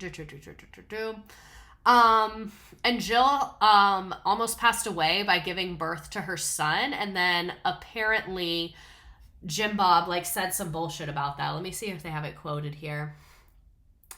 So she had a uterine rupture, and she adds later that doctors were able to save her uterus, and apparently she had made a comment of like, oh, well, we aren't, like, we won't be able to have more kids. And Jim Bob said, well, no one ever said that for sure. Basically telling her, like, try again. But yeah, tough situation. And Jill also claims that Jim Bob threatened to lower her inheritance. After Jill and Derek got a tax bill saying they were owed $130,000, money that they had allegedly never seen, they wrote a letter to Jim Bob asking that they receive the same amount the government claimed that they earned. Instead of complying, Jim Bob allegedly got angry and offered to write them a check of $20,000. She claims that he warned her if she continued to attack he and Michelle, he would significantly lower the inheritance she was set to receive when they died, which was 1/19 of everything the family had earned. Her father also adds, $20,000 is a one-time offer. Take it or leave it. Please let me know on Monday night or the amount will be zero. And a big breakaway moment for Jill. We stand. She sends her kids to public school and she goes to therapy. They have 3 sons. 2 of them go to public schools. She has made a lot of friends with the other moms. She gardens. She wears pants. She has a nose ring. And her and Derek enjoy watching Netflix at night. She is also an advocate for therapy, despite being told growing up that therapy is just a friend that you pay. I tell all my friends to do it. Jill still doesn't see her father one-on-one and isn't sure if she'll ever have a normal relationship with him. And she also says that she still grapples with trust issues, says she spent most of her life wondering if the people she met were just trying to sell stories to the tabloids, but she's glad for the opportunity to tell her side of the story because it inspires others to use their voice. I feel called to this, she said. Okay, so one thing I will say about Derek is, like, Derek appears to have helped Jill a lot, but Jill, it also seems like, is really, like, living under Derek and very much views him as, like, her patriarch now, but he's just, like, a better patriarch. Celebrity Memoir Book Club did a really good job of describing the way they feel about Derek, and I feel the same way. So yeah, wanted to read that People article to you. So where are the Duggar kids now after the Shiny Happy People documentary? So Jill has become one of the most outspoken Duggar children, like we talked about. Where was I? Oh, that's boring. She and her husband are not a member of IBLP, obviously. Moving on to Jana Duggar, the eldest daughter, was spotted wearing jeans while hanging out with her mom and sisters 1 month after Shiny Happy People's release. I want to see Jana Duggar in jeans. What just happened? Damn it. I hate when that happens. That was so weird. Jana Duggar jeans. Y'all are just gonna see this. Boom. There she is. The jeans. Jana Duggar's in jeans. Alert the media. Jana Duggar is in jeans. Pants. In her pants era. Jana has sported pants and shorts several times over the past few years, but she has not publicly commented on her standing with the IBLP church. In September 2023, Jill addressed whether she was concerned about Jana being able to move on from her parents. She said, I don't know. I try to not meddle too much in my siblings' lives. I don't know where they're all at. So for the people that don't know, Jana is the eldest daughter, but Jana is not married and Jana still lives with them. And it appears that Jana is doing most of the childcare. And some people have a theory that Jim Bob basically told Jana, like, God wants you to stay with us and watch all the kids, so you're not going to get married. And keep in mind, Jim Bob is the one that finds spouses for the girls, essentially. So he's just, like, not finding one for Jana, and, like, where does she go? You know what I mean?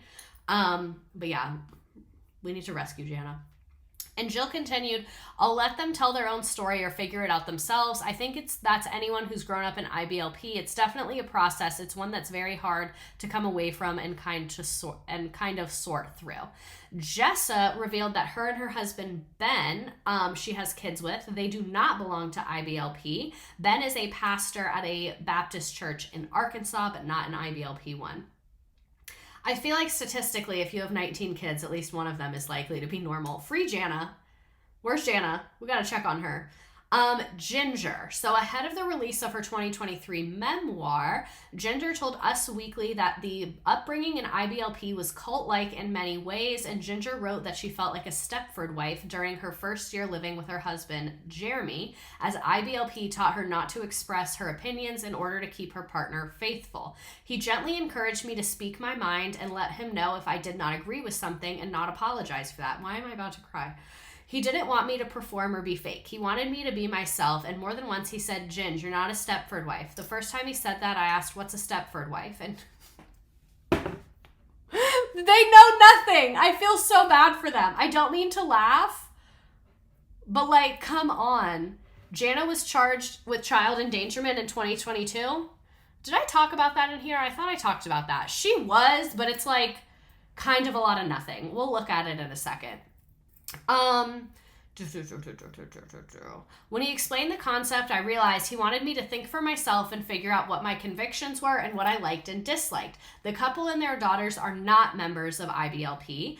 Joyanna, while answering questions from a fan on her YouTube, Joyanna and her husband Austin claimed they were never a part of IBLP during their time as a couple. Once we got married, we started distancing ourselves from that functions. We'd always talk about when we were dating that we were just going to kind of use their literature and stuff like that, just kind of distance ourselves, and that they followed Jesus alone. And James Duggar subtly showed his parents' support following the release of Shiny Happy People with a Father's Day post. He said, "Happy Father's Day to the man that's always been my biggest supporter. Pops, thank you for endless sacrifices, your belief in me, and you always pointing me to Christ, and the countless memories we've made together.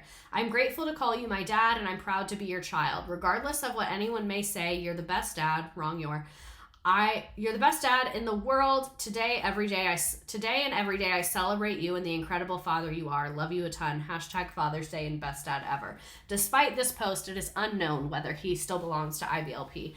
They posted about some of the other kids as well, but they were like really boring and kind of said nothing, and just said that they weren't sure. So I just included the ones that were interesting.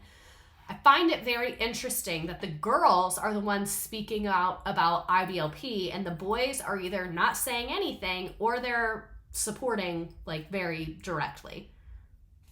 So that's not really adding up for me personally. I want to look up the Jana child endangerment because I think y'all will think it's interesting. So, Jana Duggar charged with child endangerment, everything that we know. While facing more severe consequences, Josh Duggar isn't the only one. Blah, blah, blah, blah, blah. I like how they named all of them. Jana is single. I feel like probably one of the most common questions is, am I in a relationship? In a September 2022 episode. Sometimes it gets a little old. No, I'm not. I don't have anyone. Blah, blah, blah, whatever. Where am I? Okay, so Jana said, "I was babysitting a few months ago when one of the children wandered out alone. A passerby who saw the child called the police, which resulted in a written citation as well as a follow-up with child welfare that concluded that it was an accident and the child was unharmed." So yeah, she explained it all happened so quickly and it was scary. I'm grateful for the law enforcement who protect and serve our community. I was certainly never arrested like some have implied. In the end, I was just upset at myself that it happened at all, but also still thankfully that it ended safely, and that truly mattered to me the most. So yeah, she was charged with child endangerment, but like, pretty much I don't care. Like, shit happens. She's taking care of a million children that aren't hers. One of them walked outside. Like, I'm sure Jim Bob and Michelle have done worse to their children. I'm sure the boys benefit from IBLP through finances or social gains, so of course they wouldn't say anything. Yes, that is another IBLP teaching, is that it's up to the father to create businesses to pass down to the sons. So Jim Bob has passed down many businesses to the sons, and like I said, they live in his houses. It seems like the sons are very much loyal to Jim Bob because they're benefiting a lot from it. And like, it's good to be a man in IBLP. Everybody does what you say. And then let me show you the IBLP umbrella of authority. So this is the umbrella of authority. So the way it works is that children are under the umbrella of the wife, and then the wife is under the umbrella of the husband. You never leave this umbrella. So his adult sons are still under his umbrella and listen to him. And then you can see the pastor is above the husband, but in their family, Jim Bob is the pastor, so this is one umbrella, and then Christ is above that. And the way they view it as like the umbrella protects you and you stay under the umbrella to be safe is like the teaching that they get. So it makes sense that the boys are staying a part of it. How did Jim Bob pick the guys for Jill and Ginger who would help them break out of that? I guess he didn't really think about it that hard. It's also probably a numbers game. It's hard. How did they pick our beloved Derek? So that is why I'm a little bit sus of Derek, because apparently Derek was doing like missionary work. Like he was going around like serving people, and he would talk to Jim Bob on the phone. Also, for those of you on TikTok, you have to come to Twitch to see the pictures and the videos. So sorry. He would talk to Jim Bob on the phone and then like ask for like spiritual guidance and advice and all of that shit. And that is how he met Jill, because then one day Jim Bob was like, you want to talk to my daughter Jill? Oh, and someone said that Jim Bob Duggar did say that he regrets letting Ginger's husband marry her. A couple of them did find their own husbands, I think Ginger being one of them, that like they met at some religious event and then Jim Bob approved. Derek is messy, because like why were you calling him like that? Like what did you want to gain from this situation? So this is Joanna's video about the IBLP. Jesus, that was loud. Who filmed this intro? Jesus Christ. Here's the IBLP stuff. Another question. Are we still a part of IBLP? No, we never were. You and I as a couple. Like once we got together. Once we got married, Yeah. We started distancing ourselves This is from so those boring. functions, and we'd always talk about Everyone talking about Jill. We weren't gonna. They said they're gonna read use it. their literature and stuff like that. So. What type of Christianity? Are you renovating the house? How many children do you want?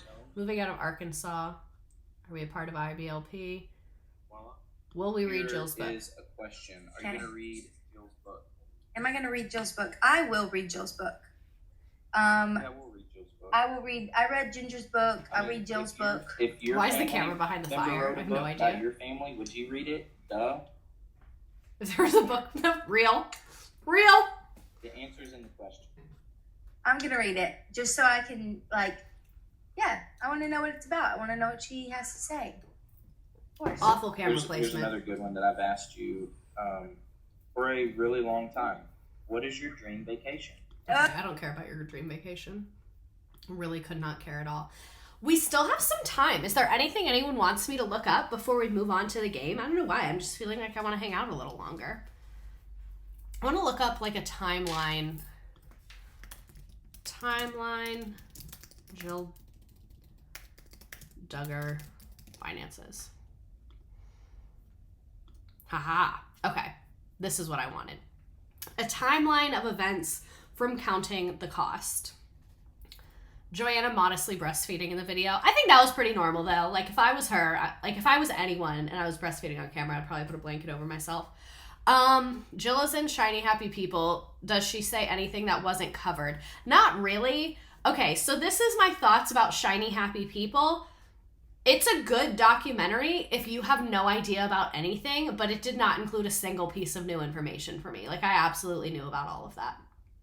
I love your robe. Thank you. It's a Juicy Couture robe that I got at Ross. Last I remember, like 7 of the kids were adults. So here's a timeline of counting the cost. So 2014, Jill signs that random signature. She gets married, and then she finds out she's pregnant only 1 month into marriage. Her son is born. Jill and Derek ask TLC for help paying hospital bills and have been told that their family has already been paid. Jill and Derek ask Jim Bob for help, and he pushes back. Unclear if he pays eventually or not. May 21st is when the first scandals about Josh go into public, and then Jill and Jessa do the Megyn Kelly interview, and then a month later, Jill and Derek go to El Salvador. Then Josh's second scandal, the Ashley Madison cheating, goes public. Then Josh goes to rehab. August to October, Jill and Derek spend a lot of time back in the U.S. where Jill does midwifery training, and then they start filming Counting On. Counting On is like about the adult kids because TLC didn't want to be affiliated with Josh anymore. So,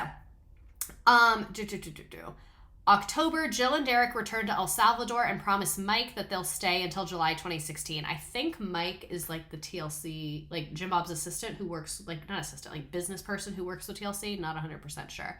Then December, during the Duggar holiday missions to El Salvador, Jill and Derek ask Jim Bob about compensation for their time on the show, and they are denied. Then January to February, Jill and Derek are pushed to go to Houston in February for a photo shoot and refuse because of their promise to Mike. Oh, Mike is the missionary guy they're working with. So sorry. They're doing mission work in El Salvador with the guy Mike. Over the phone and email, Chad and Jim Bob inform them that they are contractually obligated. Chad is the business manager. I'm terrible. I should get fired. Jim Bob tries to pit them against each other and tells them that they'll be sued. And then Jim Bob and Michelle just randomly pop up in El Salvador to apologize. But they also have cameras and they're like, look, we're visiting you for the weekend. Yay. After multiple asks, Jill and Derek are sent snippets of the contract Jill signed the day before her wedding, but not the whole thing. Chad tells them the contract is for 5 years, ending June 2019. Jill and Derek return to the U.S. for planning on being there for like 2-3 months, but it ends up like 6 months, and Jill finds out that she's pregnant. Jim Bob offers all of the older kids $80,000 in exchange for signing a lifelong contract and an NDA. Then December, Jim Bob gives Jill and Derek an $80,000 check without them signing the contract because they refused to. So, January 2017, Jim Bob starts paying the kids who signed the contract an NDA and a small salary. Then February 2017, Jill and Derek return to El Salvador and have an interview with IMB. IMB is like the missionary organization. Ask them to prove that they have no contractual obligation to TLC. Jill and Derek send an email resignation to Chad and TLC and give an end date of May 31st, 2017. They asked for the rest of their contract, but they're given the runaround. So May, they come back from El Salvador for good and film exit interviews for TLC.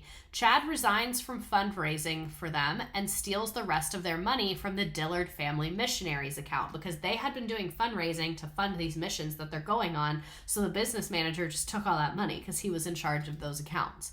The Duggar daughters officially sue Springdale and Washington County officials for releasing their juvenile records. Because remember, the reason that the scandals came out about Josh, I said we weren't going to talk about this, but here we are. The reason the Josh scandals came out is because someone sold police reports to the press. That's how it came out. It is fucking illegal to release a police report about something that happened to a minor. So very rightfully, they sued those counties because those counties committed a crime against them. November, So July 8th, her son is born and that traumatic birth. And then Derek got in trouble for being transphobic. Shocker. Apparently Derek is like super pro-life and super transphobic. And so like, even though it seems like he was helpful in getting Jill out of this situation, we don't stand, broken clocks right twice a day. Then Jill wears pants for the first time and does the nose piercing, and she is chewed out by her father and sends him a text saying that she doesn't want to talk because of the verbal abuse. Apparently he was mad that she wore pants without discussing it with him because he was like, if you want to wear pants, you can discuss it with me. Anyone else that wore pants, they discussed it with me first. What? So, Jill and Derek get rejected from that missionary thing they wanted to do because they could not prove their lack of contractual obligation. They also found out via text that the contract would end in June 2018, not June 2019. So they even lied to them about the contract when they were negotiating about it. Then more tweets from Derek bullying a transgender person. Then April 2018, Jill and Derek send a 27-page letter to Jim Bob and Michelle. Then that summer, they receive a letter from the IRS, and apparently Jim Bob claimed he gave $130,000 more than the $80K he actually had. So they had a mediated meeting where Jim Bob yells at Jill, and that is when Jill and Derek started therapy. Then Derek starts going to law school and is unable to get financial assistance because of Jim Bob's tax filing. Because basically Jim Bob's saying they make a ton of money that they don't make. Apparently Jill and Derek were also relying on food from food pantries and literally donations to stay alive because they don't have jobs. They don't have any income from the show. They literally just don't have money. Finally made the TikTok to YouTube to Twitch pipeline switch and it's my birthday. Blessed. Happy birthday. Where am I? So Derek starts law school, and Jim Bob sends an email to Jill and Derek breaking down all the money he has spent on Jill over the past few years, claiming it adds up to at least $130,000. Because literally, Jim Bob sends them an email being like, well, y'all came over for dinner. That's $12 right there. So, like, he's trying to say, I did pay you, just in this amount of stuff. But that's not how compensation works. It has to be in money. You don't have to pay taxes on when your parents give you dinner. You pay taxes on income you earned. So if you told the IRS you gave them $130,000, the IRS assumes you meant in American dollars. They don't assume you meant worth of hash brown casserole. Like, what? I grew up Baptist, and it was less than a year between me wearing pants and leaving the church. I love that. Love that. So, Jill and Derek hire an attorney to send a formal letter demanding the TLC contract and all Mad Family Inc. documents. Jim Bob and other Duggar siblings beg them to back down and take the $20K, but they refuse. Then, December, Michelle drops off the contract at 12 a.m. Literally, Michelle just drops the contract on their doorstep in the middle of the night. Literally, what the fuck? So that's how they figured out the Duggar family had made at least $8 million. And one of Jill's siblings says that Jim Bob was willing to pay them $130,000 if they signed an NDA, but Jill and Derek refused to sign the NDA. NDA is a non-disclosure agreement, which basically means you're signing to not talk about something. Like, you sign being like, I won't say shit. So January, Jill and Derek handle things through their attorney and receive $175,000. So by 2019, Jill is not speaking to Jim Bob at all. She only talks through the attorney, which I think is the wise choice, because as we've shown with that mediator meeting where Jim Bob's screaming and Jill said, you treat me worse than you treat my pedophile brother, like clearly y'all talking is not working, so let's just go the lawyer route. And I'm usually not one to say that. The Ring doorbell footage of Michelle. I would give anything to see that footage. So, Jim Bob texts that Jill is not allowed to come over to the big house without him being present. And then the grandma Duggar passes away, and Jill sees her father for the first time since the payment, and she gives him a hug. And then summer 2019, Jill starts being invited to family events again with restrictions. We're skipping over Josh. And then September 2020, her kids start in public school. Jill posts a picture of her and Derek drinking, and Jim Bob offers to send Derek to rehab. That's hilarious. You're like having a casual glass of wine with my husband, and your dad is like, I will pay for his rehab. Send him right now. The car is on the way. I will pay for that rehab. Absolutely insane. And then she did end up having another son. So yay for her. I'm sure Jim Bob was happy about that.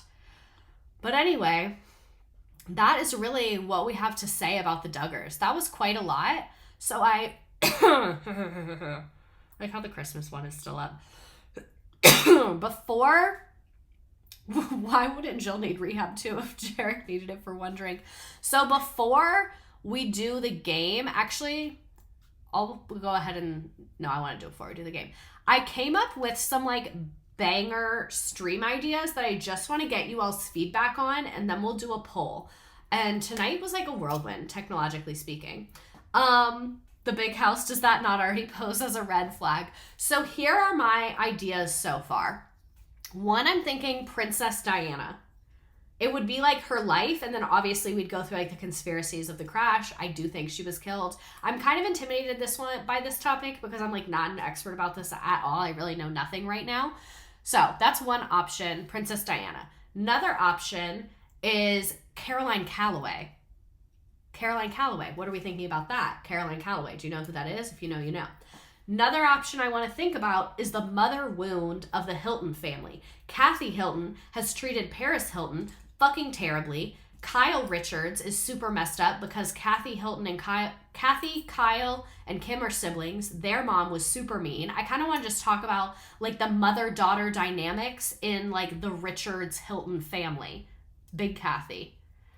Okay, I'm seeing that we're all excited so far. Also thinking about the history of casinos. Don't think y'all will be as into that one. I was also thinking about Kim Richards. I was also thinking about the history of like flight attendants.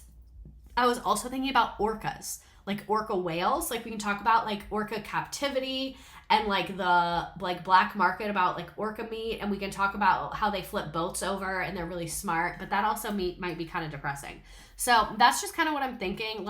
I'll probably do all of them eventually, but let me do a poll for what we're thinking. Next week, Princess Diana, Big Kathy, orcas, flight attendants. Did I have another one that I said? Also thought about Gordon Ramsay, but I don't really feel like doing that right now. Oh, Caroline Calloway, that's what I'm missing. Okay, I'll do this, and then the ones that do well, I'll do another poll of just those. Diana would be a cool first non-American topic for stream. I know, I'm such an American. I really like, if it didn't happen to me, I don't care. Gypsy Rose would be good. Oh, Gypsy Rose would be good. Okay, let's see how this poll is doing. So far, Princess Diana is like eating. I'll do whichever are the top two. I'll do another poll between them. So far, it's Princess Diana and Big Kathy. I'm surprised y'all are not into Caroline Calloway. I thought you would have been into that. I don't really know how the poll works. It should come up on your screen. Where it says current poll, if you like click a little thing, that's how mine works, but I don't know if you have the same layout as I do because I'm on Streamlabs. Oh, Caroline Calloway. Let me Google it. I don't even know how to describe this. She's like one of the original influencers. Oh, I misspelled her name. Oh, no, I didn't. She's like one of the original influencers and has like been labeled a scammer, but she's not actually a scammer. Oh my God, she's 32. An American social media celebrity who developed a following while she was at the University of Cambridge and is the author of the 2023 memoir Scammer, in which she refers to accusations of scamming she received from critics. So she's done like workshops that people felt was a scam. She was on OnlyFans to like pay off her debt. She said she was going to write a book and then she never wrote it. All that. Okay, so far Princess Diana is winning flight attendants, doing much better than I anticipated. Gypsy Rose is getting released tomorrow. Good for her. Hashtag free Gypsy Rose. Please read Prince Harry's book if you do Diana. I cannot read a book. I'm so sorry. I listened to the Celebrity Memoir Book Club cover it, though. His trauma from people discussing his mom is very sad. Yeah, that is sad. I do feel bad for him, but also there's people I feel worse for than Prince Harry. You know what I mean? Gypsy Rose Week would be great. I should have done it tonight since she gets released tomorrow. So Princess Diana, we'll do Princess Diana. I'm not really feeling flight attendants, so we'll do Princess Diana. Princess Diana. Okay, let's go ahead and do the game. Let's do space. I don't really think we've ever done space. So this is a trivia game about what we talked about tonight. It is 10 multiple choice questions. You can either open the link I'm about to send in the chat in a new tab, or like if you're on a computer, just do a new tab or whatever. If you're on your phone, go to join.nearpod.com. There's an app you can download, but you definitely don't have to. It will work perfectly, totally 100% fine in the browser if you don't want to download the app. All you do is go to join.nearpod.com and you enter the code WHUVJ. It'll ask you your name. If you don't want your name in there, I miss your AP history vids, and I'm not even in high school. If you don't want your name in the game, don't put it on there. Stream normally starts at 7. I do 7 every week. This week it was closer to 7:30 because my internet was being a hater. But normally it's 7. I just got the app for this every week. That's hilarious that you have the Nearpod app just for this. I got to drop because of time, but thank you for a great stream. I try. Thank you all for sticking with the technology woes. For those of you on TikTok, I'm going to say good night to you. Night, night. Bye-byes. For those of you on Twitch, I'll give you a couple more seconds to join. The history videos have me in a chokehold on YouTube. Maybe I will do some of those again. I was more into it over Christmas break. I don't know. We'll see. All right, I'll give people a couple more seconds to join the game. Again, join.nearpod.com. The code is WHUVJ. WHUVJ. Yes, 7 Eastern. Sorry about that. East Coast supremacy. This is kind of gross, but it's kind of good, I guess. Oh my God, there's a lot of people in the game tonight. We love that. I'm mad that we had so many technology issues tonight. Like, that's really not a slay for us. I kind of hate that for us. If you have a library card, your library might have audiobooks. I don't even have time to do an audiobook because I used to have a commute, but now I only live 15 minutes from my school. So I literally, there's not a downtime where I can be playing an audiobook. All right, I'm going to hit start. If you have not joined yet, it'll let you join late. Let me put the link in the chat one more time for anybody that wants to join. I love the game part, like playing a little trivia with 60 of my friends during our weekly hang. I like that you like the game. I'm glad you explained how to do it. I feel like I never know how to do polls and the quizzes. Oh no, the commute is where I get it done. Yeah, exactly. I really loved like podcasts and things like that when I had a commute, but now that I don't, I just, Okay, I'm hitting start.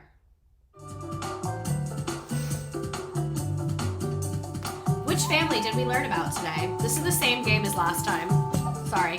I was out of town for the last week, so I didn't really have time to make slides. That's why I did the Duggars again.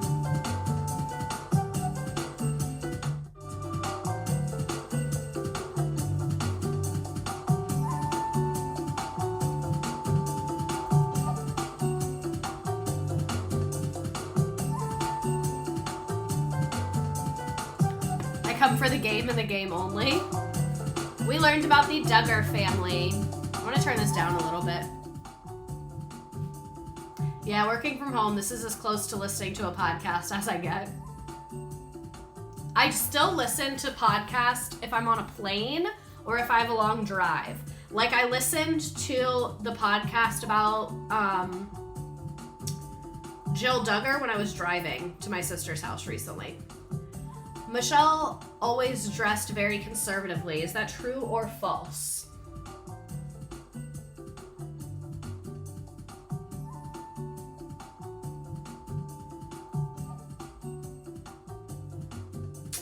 You answered too fast. I gotcha.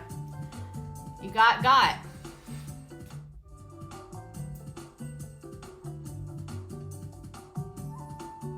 How old were Michelle and Jim Bob when they got married?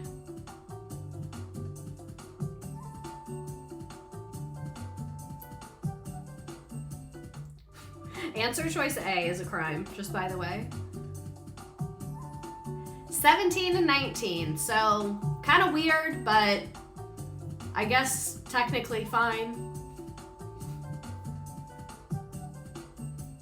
Why did the Duggars stop using birth control? This is a hard question.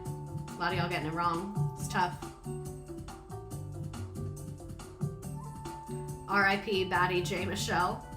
My daughter's gatekeeper. Indonesian fried rice? Stop. Stop. Literally stop. Stop. The rod of trauma? Jim Bob's failed political career? They thought it was a sign from God. No, they thought the miscarriage was a punishment from God. So I guess a punishment's a sign. Sorry about that. How many kids do they have? Also, my favorite influencer is Sweating at Nap Time. If y'all don't know, I love Sweating at Nap Time. I think she has a very good vibe. This is the best pipeline ever. I'm glad. They have 19 children.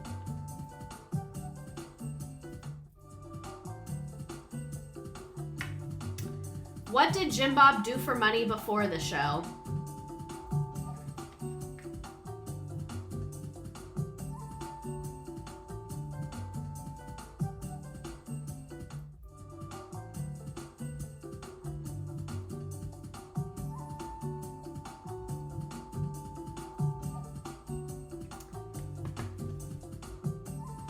I'm the Indonesian fried rice. Lemur Banana, you're hilarious.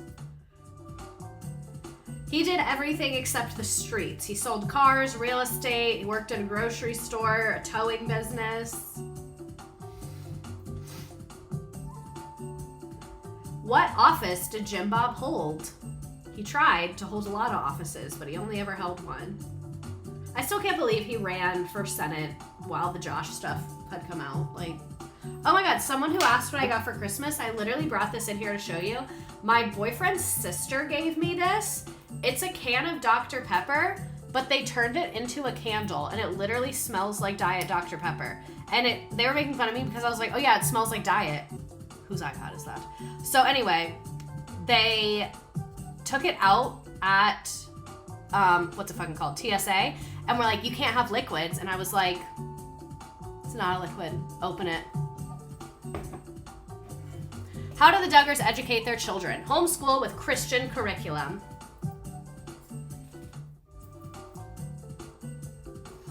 What do the Duggars do instead of dating?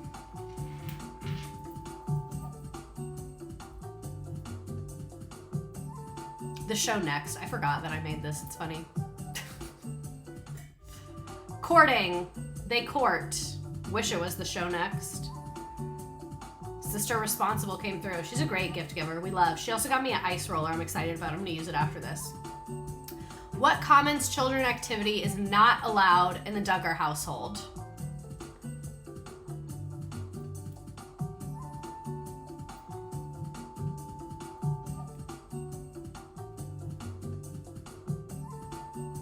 This is the last question. You got all 10 at Dutch Bros parking lot? We slay. My friend got me a book stamp for Christmas and TSA thought I had a knife.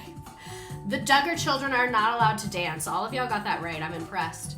Nice job, Austin in first place. Then we have the Rod of Trauma, Batty at Dutch Bros parking lot, Jalapeno Dip, Batty, rest in peace, Batty, J. Michelle, my daughter's gatekeeper, Haley, Melly Lynn, 130K of hash brown casserole, Michelle's inner Batty, Emily Bollinger, Cheeseburger Queen, Charlie, Jim Bob's failed political career, Lindsay, the Big House parking lot, Cassidy J, Lauren, I will scroll through the rest, Jill's actual saint of a husband, I don't think he's a saint, but whatever.